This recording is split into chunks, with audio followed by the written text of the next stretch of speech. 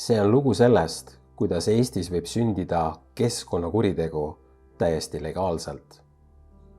Kuidas ametkonnad, kes peaksid loodust kaitsma, asuvad hoopis kaevandusfirma ja suurprojekti teenistusse ning kuidas riigi ja valla koostöös hävitatakse sihikindlalt kohalikku loodust ja elukeskkonda. See on lugu sellest, kuidas üks külakogukond avastas, et neile valetasid Rail Baltic Estonia, ehitusfirma Trev2 Grupp, Kohila vald ja isegi Keskkonnaamet. Kohila vallas Mälivere küla lähedal on juba 3 Rail Balticu ehitusega seotud karjääri. Nende jääkvarud pole ammendatud. –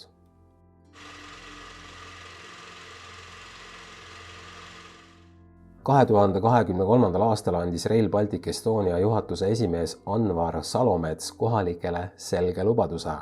Raplamaale ei tule enam ühtegi uut karjääri. Kohalikele elanikele saadetud kirjast saab lugeda. Rail Baltica ehitamisega seoses on avalikkuses palju juttu olnud ehitusmaavarade kaevandamisest, mis tekitanud eriti just kohalikes kogukondades tunde, et Rail Baltica tarbeks on vaja kiirkorras kaevandusi avada. Sellised jutud ei vasta tõele ning soovin siin mõnda asjaolu täpsustada. Praegusel hetkel ehitatud ja ehitus olevate rajatiste puhul on kasutatud 2/3 ulatuses nii-öelda taaskasutatavast materjali ja kõigest 1/3 ulatuses karjäärides kaevandustest võetud materjali. Rail Baltic Estonia arvutused näitavad, et ainult raudtee ehitamiseks pole tarvis Eestis mitte ühtegi täiendavat või uut kaevandust avada. Hangime ehituse terviklikult ehk ehitusmaterjali koos ehitusega ning ise ühtegi kaevandust ei ava ega taotle ise ka ühtegi kaevandusluba. Sellest hoolimata teatasid möödunud aastal Keskkonnaamet ja Kohila vald, et Mälivere külla plaanitakse rajada uus Rail Balticu ehitusega seotud liivakarjäär, täpsemalt juba 4. karjäär 5 kilomeetri raadiuses. Mida see siis tähendab, kui Rail Baltica teatab avalikult saadetud kirjas, et jutud kiirkorras Rail Baltica tarbeks ehitusmaavarade kaevandamisest ei vasta tõele ning ühtegi kaevandust ei ava ega taotle ka ühtegi kaevandusluba? Rail Baltica pressiesindaja Silvia Bärman kommenteeris, et Rail Baltica ise ei avagi kaevandusi, vaid selle teeb allhankena ehitusfirma Trev2 Grupp aktsiaselts. Nii püüti jätta muljet, et lubadust pole rikutud, et karjäär pole Rail Balticu, vaid Trev2 oma. Mis vahe sellel on? Vastus ainult PR tekstis. Vähe sellest, et Rail Baltic Estonia sisuliselt valetas dokumenteeritud kirjas kohalikele, et uusi karjääre ei rajata, tellis Keskkonnaamet, mis peaks seisma looduskaitse eest, Raplamaa sõnumitesse septembris 2025 sisuturundusartikli, milles seisab samuti, et uusi karjääre Raplamaal ei avata. Juba 2024. aastal saatsid kohalikud elanikud Keskkonnaametile päringu karjääri võimaliku keskkonnamõju ja muude asjaolude kohta. 9 kuu jooksul ei saadud ametilt aga mitte ühtegi vastust. 2025. aasta juulis teatas Keskkonnaamet ootamatult, et vald on loa juba andnud ning amet soovib loa kinnitada, põhjendades seda väitega, et kohalikud elanikud ei ole vastu. Tegemist on aga täieliku valega. Tänu elanike uutele pöördumistele korraldasid Keskkonnaamet ja Kohila vald 10. septembril 2025 esimese koosoleku lähikülade elanikega. Seal väideti, et kõik keskkonnamõju, müra ja muud uuringud on tehtud ning uus karjäär ei hakka mitte kedagi häirima. See väide ei vasta tõele, sest piirkonnas on juba 2 aastat kestnud Rail Baltica ehitus, mis on kohalikele inimestele olnud väga häiriv.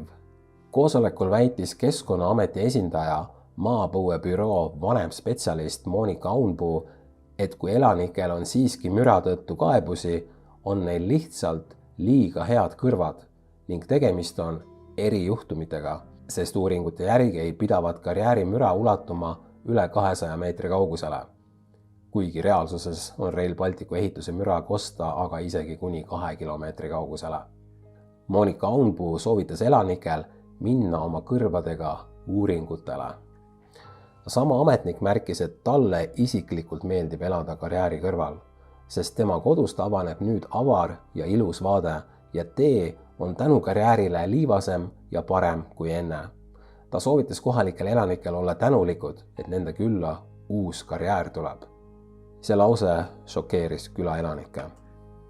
Mitte ainult selle sisulise absurdsuse tõttu, vaid seepärast, et öeldu autoriks on inimene, kelle töökohustus on loodust kaitsta. Monika Aunpuu, Keskkonnaameti spetsialist. Inimene, kes kirjade järgi peaks seisma ökoloogilise tasakaalu, rohevõrgustiku ja ulukite kaitsel. 7. oktoobril 2025 andis Keskkonnaamet loa Künka 4 liivakarjääri kaevandamiseks.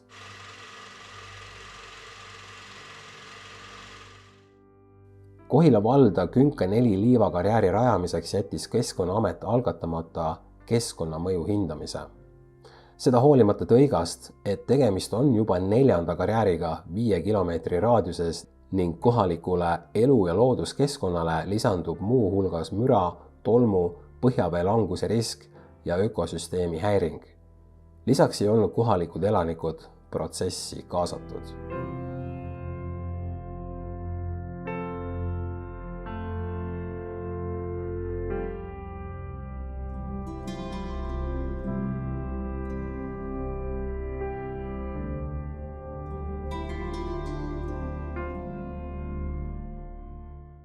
See Künka 4 karjäär oleks 4. piirkonnas, kus olemasolevad karjäärid ei ole ammendunud. Seega, otsus rikub säästva arengu seadust. Otsus on õigusvastane, otsus on eetiliselt korruptiivne.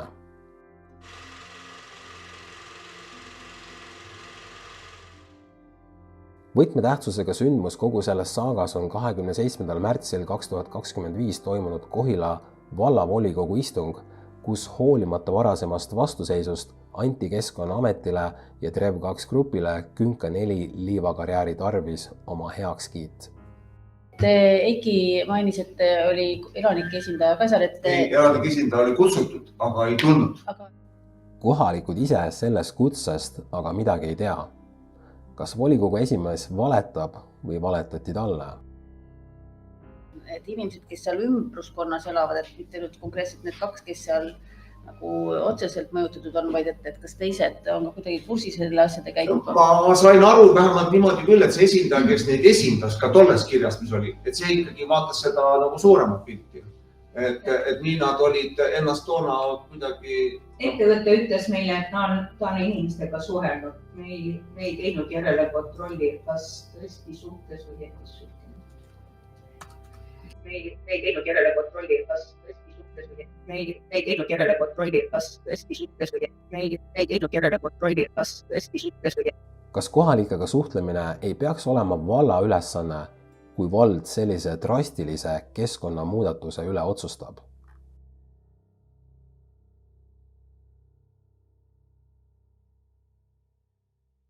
Ehk siis valla keskkonnaspetsialist Siiri Treimann tunnistab, et nemad ise ei suhelnud keskkonna rüvetamise osas kohalikega ning valla volikogu esimees ja endine Riigikogu liige Heiki Hepner valetab, et kohalike esindaja oli kutsutud.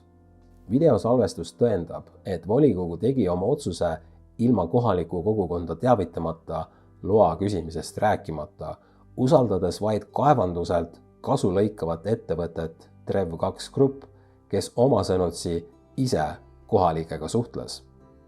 See kõik aga rikub keskkonnaseadustiku üldosa seadust, haldusmenetluse seadust, hea halduse tava ning põhiseaduse paragrahv 53 ehk kohustust loodust ja elukeskkonda kaitsta. Kohila vald, volikogu, ametnikud tunnistasid avalikult. Nad võtsid kaevandusfirma Trev2 väited tõe pähe. Nad ei kontrollinud, nad ei teavitanud, nad ei suhelnud ise elanikega. Ja kaevandusfirma lobitöö tulemusena anti luba. Siin tekib õigustatud küsimus, mis juhtus kulisside taga. Miks andis Kohila vald valedele tuginedes kaevandusloa looduse hävitamiseks?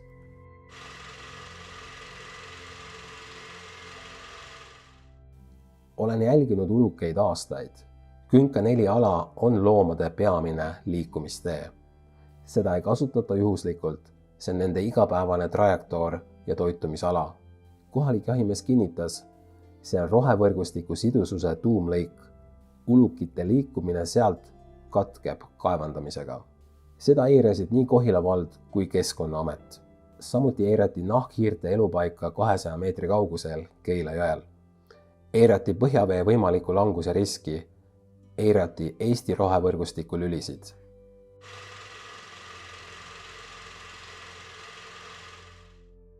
Elanikud ei jäänud vait.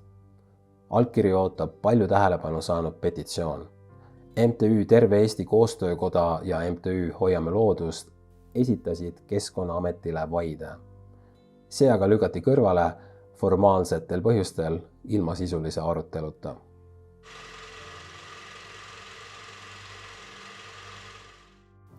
Keskkonnaamet jättis keskkonnamõju hindamise algatamata, jättis avaliku teavitamise tegemata, jättis arvestamata kohalike inimestega, ignoreeris teadlasi.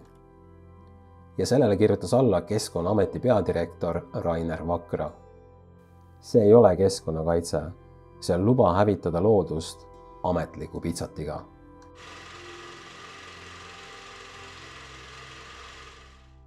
Kui riigiasutused ei tee oma tööd, tuleb looduse ja kodukeskkonna eest minna kohtusse. Advokaadibüroo Emerald Legal esitas kaebuse ja taotles esialgset õiguskaitset. Käesolev lühidokumentaal ei ole tehtud sensatsiooni pärast. See on valminud, kuna Eesti riik on siin eiranud seadusi, teadlasi, loodust ja inimesi ja teinud seda korduvalt, avalikult, dokumenteeritult ja karistamatult.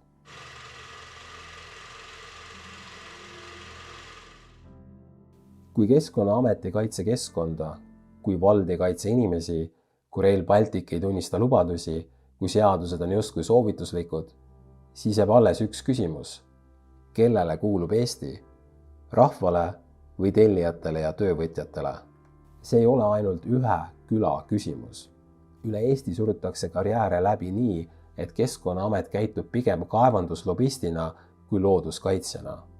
Keskkonnaamet eirab seadusi, eirab kogukondi, eirab säästlikke põhimõtteid, eirab ulukite liikumisteid, eirab teaduslikke seisukohti, eirab isegi Rail Balticu ametlikku kinnitust, kiidab heaks valedel põhinevaid keskkonnalubasid. See kõik on täielikus vastuolus ameti enda missiooniga.